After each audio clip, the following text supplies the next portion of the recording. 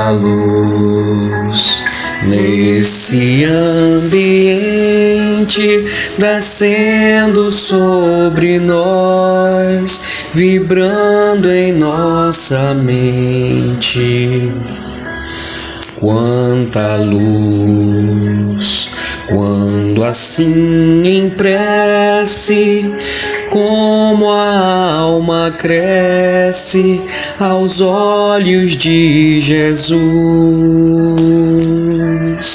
Quanta luz, pois em oração a voz do Mestre fala ao nosso coração.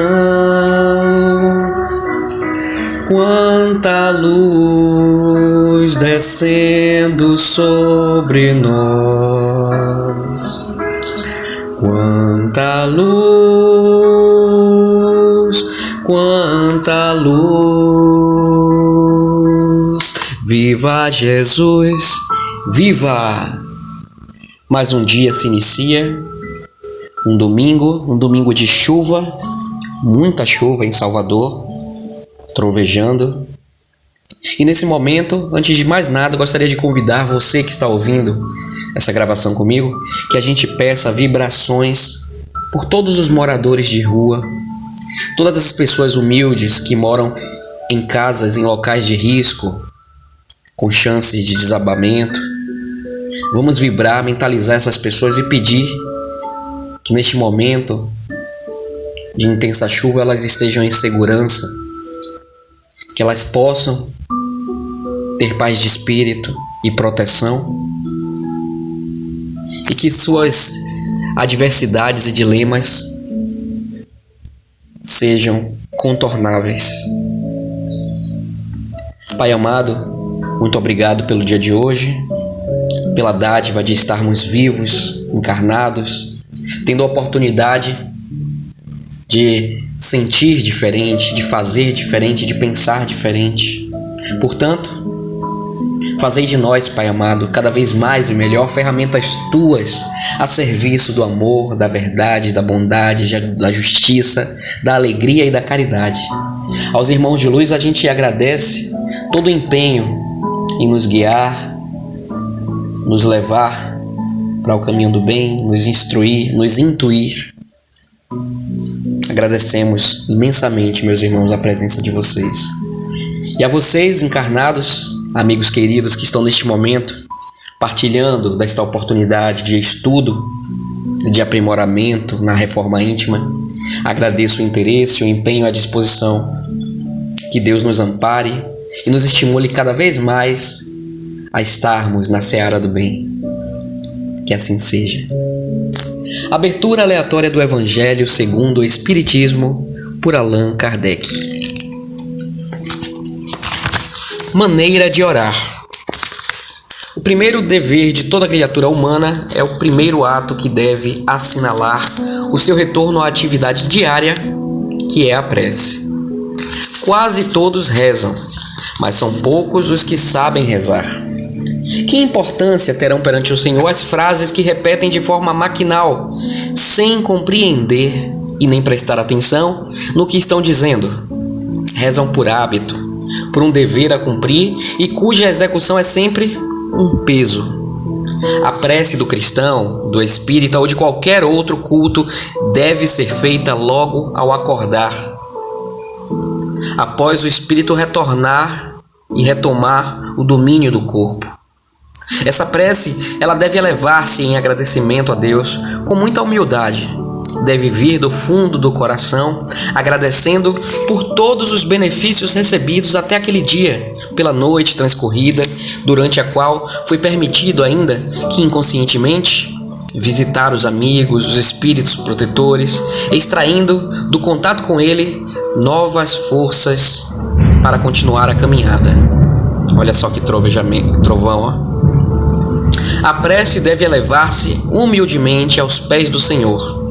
Deve mostrar a fraqueza que possuem para que possam suplicar seu amparo, seu perdão e sua misericórdia.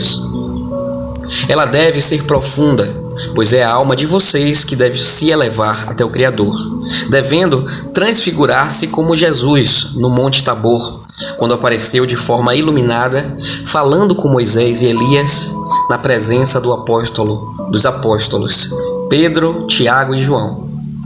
A prece deve chegar ao Senhor branca e radiante de esperança e de amor.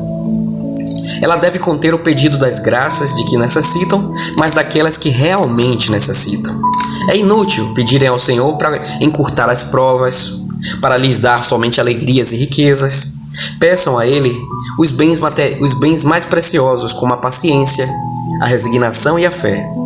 Não digam como muitos fazem: não vale a pena rezar, já que Deus não me atende. O que pedem a Deus na maioria das vezes essas pessoas? Já se lembraram de pedir a própria melhoria moral? Não, poucas vezes pedirão isso. O que mais se lembram de pedir é o sucesso para o empreendimento terreno. E depois ainda dizem: Deus não se ocupa conosco, se fizesse isso não haveria tantas injustiças. Que insensatos, que ingratos! Se analisarem honestamente o fundo de suas consciências, encontrarão quase sempre em vocês mesmos o ponto de partida para os males pelos quais vocês lamentam. Peçam, antes de todas as coisas, para que sejam pessoas melhores, e vocês vão ver que imensidão de graças e de consolações vocês irão receber. A prece deve ser uma prática diária, sem que para isso seja preciso retirar-se para os seus aposentos ou exibir-se de joelhos nas praças públicas. A prece ela deve fazer parte dos deveres de cada um, qualquer que seja a natureza deles, sem exceção. Não é um ato de amor a Deus assistir seus irmãos em qualquer necessidade moral ou física? Não é um ato de reconhecimento elevar o pensamento ao Senhor quando recebe um momento de felicidade? Quando um acidente é evitado? Até mesmo quando se é atingido apenas de leve por uma contrariedade?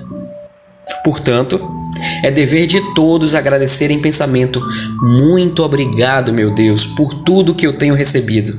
É um ato de arrependimento, humilhar-se diante do Juiz Supremo quando lhe cometeram uma falta. E ainda que por um breve pensamento lhe dizer: Deus, me perdoa, pois eu pequei, por orgulho, por egoísmo ou por falta de caridade. Concede-me a força para não mais falhar e a coragem para reparar o meu erro. Vocês devem orar dessa maneira, independentemente das preces regulares da manhã, da noite e dos dias consagrados. Como veem, a prece pode ser feita em todos os instantes, sem trazer nenhuma interrupção a seus trabalhos, e se assim procederem, a prece irá beneficiá-los. Acreditem que um só desses pensamentos, partindo do coração, é mais ouvido pelo Pai Celestial do que longas preces recitadas por hábito, quase sempre sem um objetivo claro, aos quais a hora pré-estabelecida lembra que chegou o momento de rezar. Meus irmãos, eu acredito veemente nessa passagem, na força dessa passagem, e comento sempre com todas as pessoas que me cercam, espíritas ou não, a importância de rezar verdadeiramente. Tanta gente reza de forma mecânica: Pai nosso que estás no céu, santificado seja o vosso nome, robotizada. Tanta gente ainda reza de forma bem rápida para acabar logo. Vê se uma coisa dessa vai fazer efeito algum, se não há verdade nenhuma ali, se a intenção por trás daquilo tudo é terminar logo. Tanta gente, enquanto reza, está pensando em outras coisas. Tanta gente, quando reza, não está nem pensando nas palavras que estão saindo de suas bocas, pois elas não estão chegando aos corações. Então, essa passagem aqui nos convida a rezar diferente, a rezar direito. E rezar, gente, nada mais é do que conversar com Deus sinceramente. Lembre-se dos católicos que fazem os seus testemunhos, se confessam aos padres nos confessionários, né? Padre, eu pequei por isso e isso, e conta seus sentimentos, sua vida, sua situação, sua angústia. E assim deve ser com o nosso Pai amado. Claro que devamos ter também as orações favoritas, as preces que conhecemos, mas aprendam também e exercitem o conversar com Deus. Falar do seu jeito, com as suas palavras, da sua forma. Eu costumo dizer aos meus amigos que Deus é meu brother, porque a minha relação com Ele é de intimidade e que eu quero que seja cada vez mais. Então eu converso com Ele como eu converso com as pessoas que eu mais amo neste planeta. A minha forma de tratar é doce, é leve, é direta, é íntima, é pessoal. E eu sei que assim Ele me entende, me ouve. E é assim que eu sinto Ele me respondendo em meu dia a dia. Portanto, meus irmãos, o dever de casa é: vamos refletir sobre como funciona a prece em nosso dia a dia. Primeiro, temos o hábito real de rezar? Você que está me ouvindo aqui neste momento, você reza além de escutar esses áudios? Ou ele já funciona como seu momento de oração do dia? Se servir também, tudo bem. Se você porventura não tiver outros momentos, se você achar que isso já basta, ou que você emenda depois de ouvir esse áudio, faz as suas preces. Não estamos aqui para ditar fórmulas, e sim justamente o contrário, para dizer que as fórmulas elas não se aplicam quando o assunto é rezar. A reza, a oração, ela tem que ser verdadeira, tem que ser sincera e tem que ser de uma forma que chegue, como foi dito aqui no finalzinho do texto, ao coração do Pai amado.